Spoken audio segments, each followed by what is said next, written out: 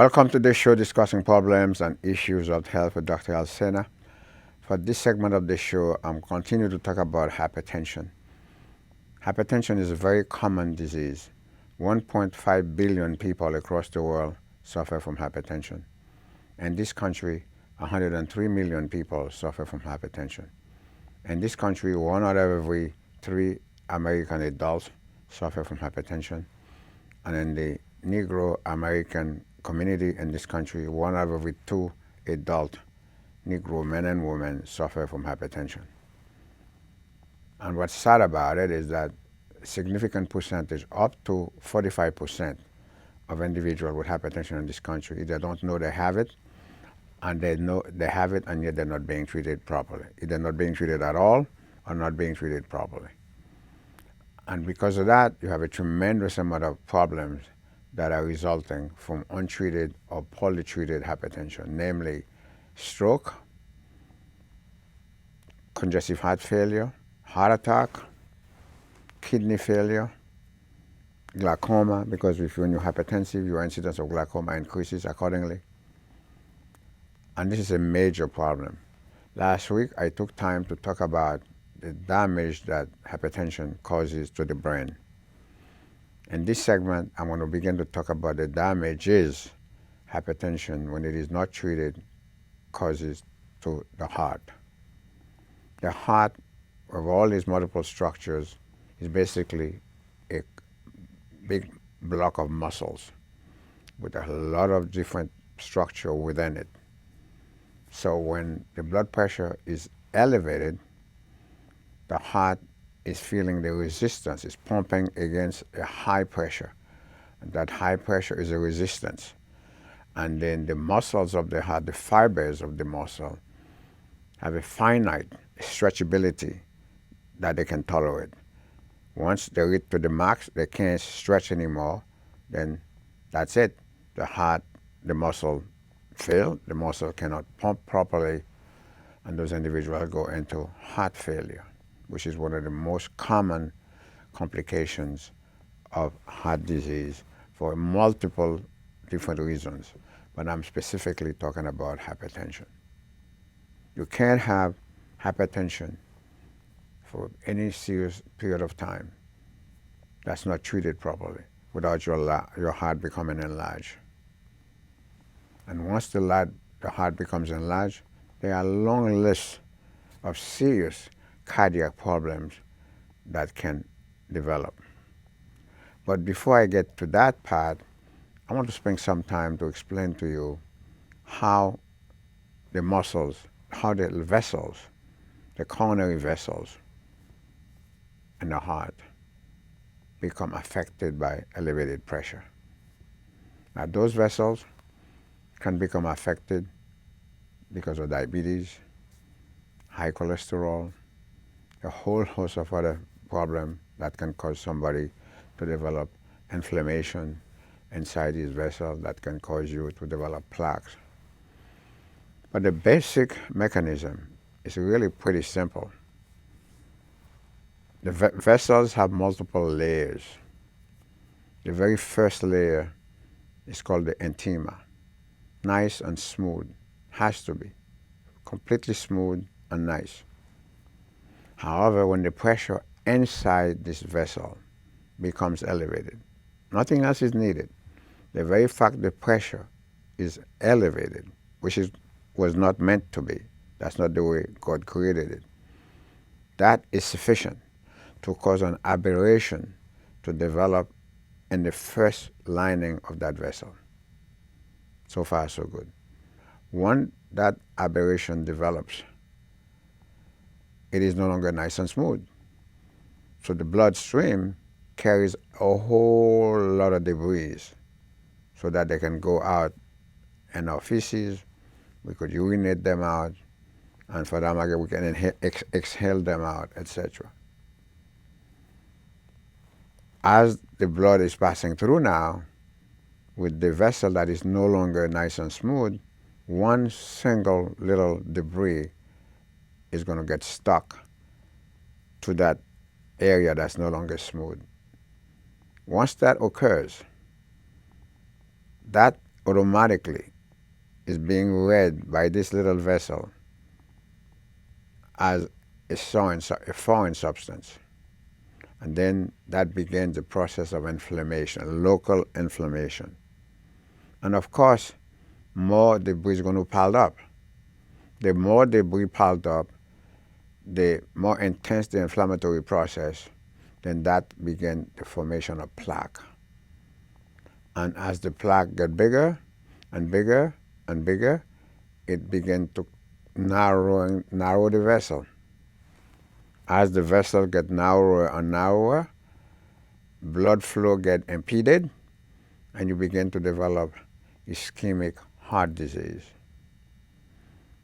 And of course, that's when the ischemic heart disease, that's when you're going to wind up with an acute myocardial infarction, i.e. a heart attack, because the blood cannot be taken to a particular part of the heart where it needed to go in sufficient quantity.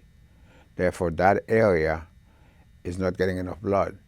And in any moment, you could have an infarct, which is basically something that ruptured in that area. And then, bingo, you have a heart attack. Okay?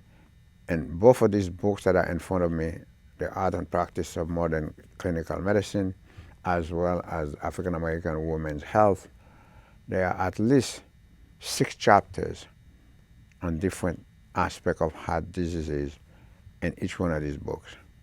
And I explain these things in the greatest detail. So now you understand how ischemia begins to develop. There are, again, hundreds of other possibilities that can cause ischemia to develop, having nothing to do with elevated pressure. Believe me, no one knows these things better than I do. Because my role, what I do best, is teaching clinical medicine. To do so, you must understand the basic, no matter how minute it is, you must understand it because you're going to teach it. You're going to practice it. So therefore, that's the beginning of plaque formation. Believe it or not, something as simple as having teeth in the mouth that are rotted can cause ischemia to develop. You say, well, how so, Val? Well, when the teeth are rotted, there's an infection, an inflammation. The blood picks that up and carries it throughout the body. As it gets stuck, as it's passing through that infectious material that's from the mouth, is passing through the coronary vessel, it can get stuck there. As it gets stuck there, you begin the process of inflammation. That's why people who have bad teeth have a higher incidence of heart attack, because what I just explained. Doesn't matter where the infection is. It could be in your big toe. As long as it's an infection, eventually some of it is going to get dislodged. It's going to go through the rest of the body, and everybody who have chronic inflammatory diseases or chronic infectious diseases have a higher risk of having not only a stroke, like I talked about last week, through the same mechanism, also have a higher risk of having a heart attack, having nothing to do with elevated pressure. When you have elevated pressure, it compounds the problem. It makes it worse. So, therefore then, it is crucial that first of all, one diagnose the blood pressure, and then one treats the blood pressure properly. You have no idea how simple it is to diagnose elevated blood pressure. You also have no idea how simple it is to treat it. But you cannot treat it properly if you don't understand the basic, and then you don't take the basic into account. You don't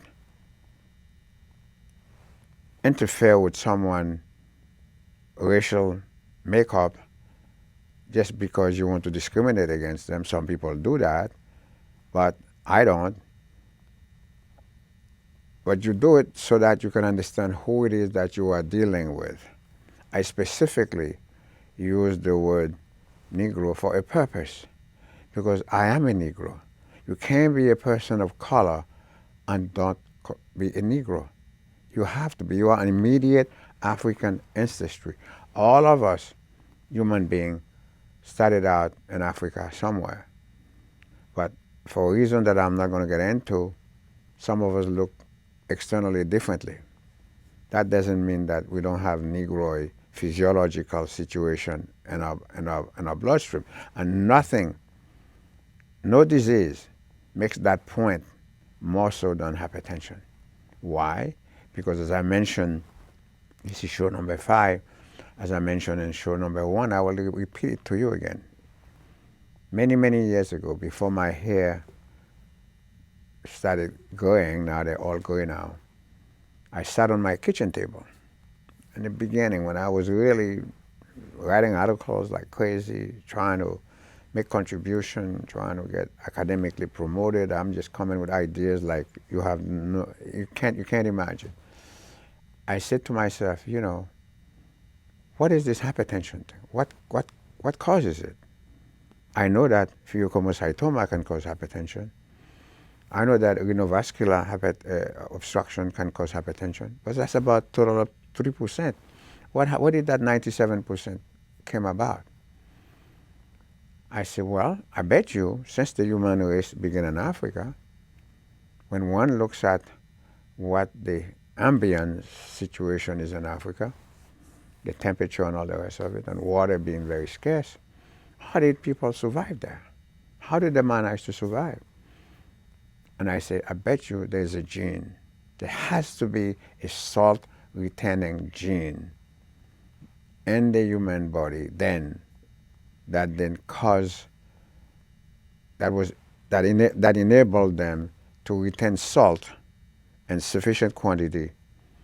Therefore, they can retain enough water, because wherever salt is, water is going to follow. That allowed these people to survive. However, we are now living in a new world. Being genetic, I bet you that gene was transmitted to the new world from our fur bearers in Africa. And sure enough, University of Washington and University of Virginia, there may be a few more, maybe one more university, decided, let's test this theory. They got kidney specimen from Caucasian American, Japanese American, and Negro American from Ghana. So they had 3 different sets of kidneys specimen. They grind these things up and sorted them out. And voila, they got to listen to this, they discover a gene called G protein coupled receptor kinase type 4. Let me repeat that. G protein coupled receptor kinase type 4. And that was published subsequently in the proceeding of the American Academy of Sciences, I believe in the year 2002. And it turns out that the G protein coupled receptor kinase type 4 was found in the same quantity and the same quality in all these 3 separate kidney specimens. The one from Ghana, the one from Caucasian American, the one from Japanese American. And then as a result of that, the revolution on how best to treat hypertension came into being. That is why you cannot treat hypertension properly in an individual with functioning kidneys without first start them with a thiazide water pill. What the thiazide water pill does, it goes to the distal convoluted tubules and block the reabsorption of sodium. Since it blocks the reabsorption of sodium, it prevents the sodium from getting back into the system, and it pushes it out into the urine, and water follows, and your pressure comes down. And of course, the powers to be, JNC7, in those days, I haven't heard from them lately, came up, which is an organization that supervises hypertension in this country. Then they step in and say, well, that being the case, then blood pressure in an individual with functioning kidneys must first be treated with a thiazide water pill. And I just tell you how it works. It's the cheapest medication you could buy. And the case is closed. No, the case is not closed, okay?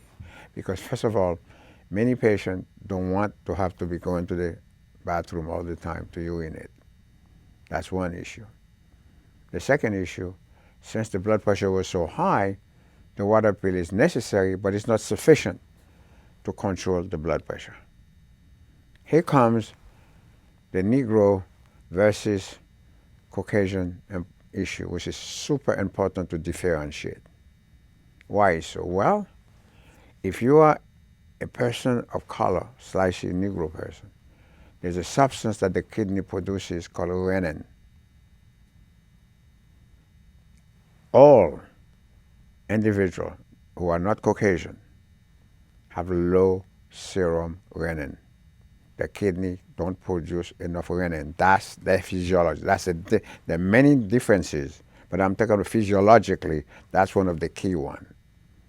And one of the most common medications that I use to treat blood pressure in this country, and for that matter across the world, is an angiotensin converting enzyme inhibitor. We call them ACE. Why? Because they can block the effect of renin. By blocking the effect of renin, they can lower the blood pressure. But if you don't have enough renin to block, that's not going to work. And there lies the problem.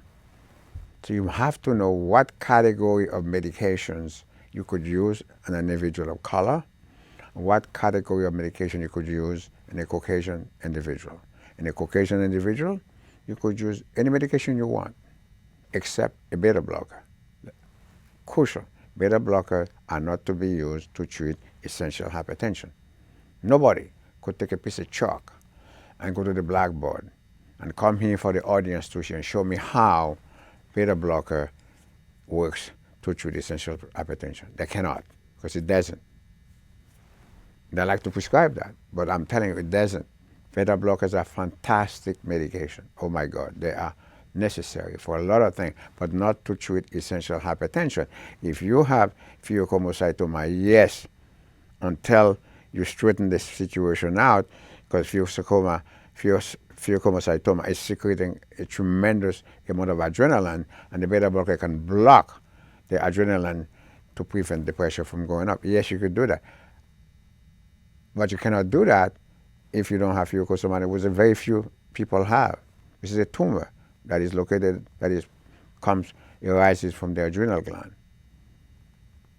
You understand that? If somebody also has renovascular hypertension, the renin is up as well, then you could do that. You could do that. But you have to understand that if your kidneys are malfunctioning, you cannot use an ACE inhibitor, even though once your kidneys begin to malfunction, your renin goes up. The reason you cannot do that, if you use an ACE, it's going to cause the blood nitrogen to go up and the serum potassium to go up. So therefore, you cannot touch it. However, in a Caucasian person, you could do that because they have tremendous amount of renin. You could block it, blah, blah, except, of course, as I just mentioned to you, if their kidneys fail, can't use it even though they're Caucasian because the potassium will go up, the BO1 will get higher, so on and so forth. That is a crucial point. That's one thing to remember. So therefore, a Caucasian individual with functioning kidneys can use a beta blocker, can use an ACE inhibitor, can use an ARB, can use an alpha blocker, etc., etc. Okay? Problem is, if you were to treat hypertension with the secondary medication, which you have to know about, believe me, I'm going to get back to the heart, but I have to get this thing clarified. If you were to do so without a water pill, you could, if the dose is large enough, you could drop the blood pressure. But you can't do it long term because as soon as the kidney senses that the pressure is coming down and it wasn't being brought down with a water pill or being part of the treatment protocol or by water pill alone, it is the job of the kidney, my friend. There's a substance there in the kidney that's going to go up, and then you start returning salt all over again because this kidney wants to protect the body of all the things that the kidney does for us. One of the things that the kidney does is to also protect the body from collapsing, which is the theory that I talked about in the very beginning. Aldosterone is the last step in the renin-angiotensin-aldosterone pathway. So once the kidney senses that the pressure is going down, the kidney is going to raise the level of aldosterone so that aldosterone then raises the level of salt, the water comes back up, the pressure goes right back up. However, if you're using the water pill, this particular water pill, not just Lasix or M.A.C.P, those are different things. They're good water pill, but they work in a different setting. I'll have plenty of time to talk about them. They work on a different part of the kidney. I'll talk about that too when the time comes. So you understand how important it is that everybody uniformly who has functioning kidneys, no matter who or what they think they are, must first get a Thiazide water pill. Then comes another difference, namely the racial difference. That is to say, what is going to be the second medication? Yesterday, another report comes out from the FDA that losartan by itself and losartan associated with an HCTZ from another drug company was just found also to become contaminated. Those fantastic, absolutely necessary medication. One more company just came out this week, again contaminated. So we can't use this. So now we're in a situation we cannot use those herbs that are uniformly can be used in anybody. They are just magnificent medication. We cannot use them because they're contaminated, and then from a factory from China and India, and now they were decided whether to use them. Now we just get the report from the FDA this week. Another company just make an announcement. Their batches of losartan is also found to have impurity in them that can cause cancer. So we are in the middle of a crisis. Not only that, we had a crisis to begin with all these people that are hypertensive. Some 45% of them were not being treated at all. And those that were being treated, only a few percentage of them, close maybe 30, 35, maybe less, were being treated properly. Now you don't have this great medication that you could use to treat them. So you're left with calcium channel blockers, and you're left with alpha blockers, and you're left to twist and turn to diet this, cut the salt this, cut the salt that, and you are an epidemic of obesity in this country. It's a challenge. All of a sudden, something that was simple now becomes very challenging to treat people's blood pressure. Right here. And no other company wants to come up front to try to create new medication. So we are in the middle of a crisis. But I'll get back to medication. I just wanted to make all this point. I'll get back to medication another time. Let's continue the discussion about the heart.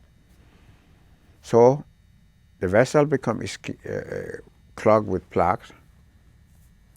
The bigger the plaque, the less blood is able to pass through, the less oxygen is able to go and perfuse that part of the myocardium where it is scheduled to be perfused. So therefore the myocardium doesn't have enough oxygen, and it can infarct anytime, and you have a heart attack. Okay, so that's what blood pressure, again, tremendous number of other things can cause the same thing to happen. I'm talking about high blood pressure.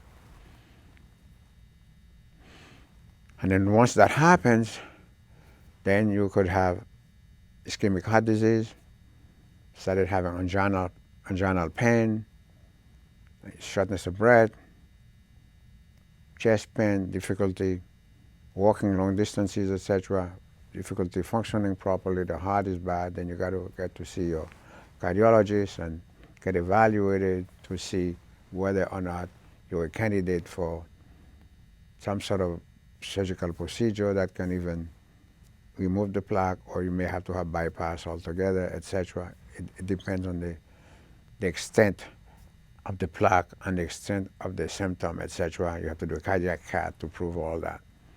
So now you understand this is how hypertension is associated with the causation of acute heart attack. Let's say, for the sake of argument, you have hypertension, but the plaque is not big enough.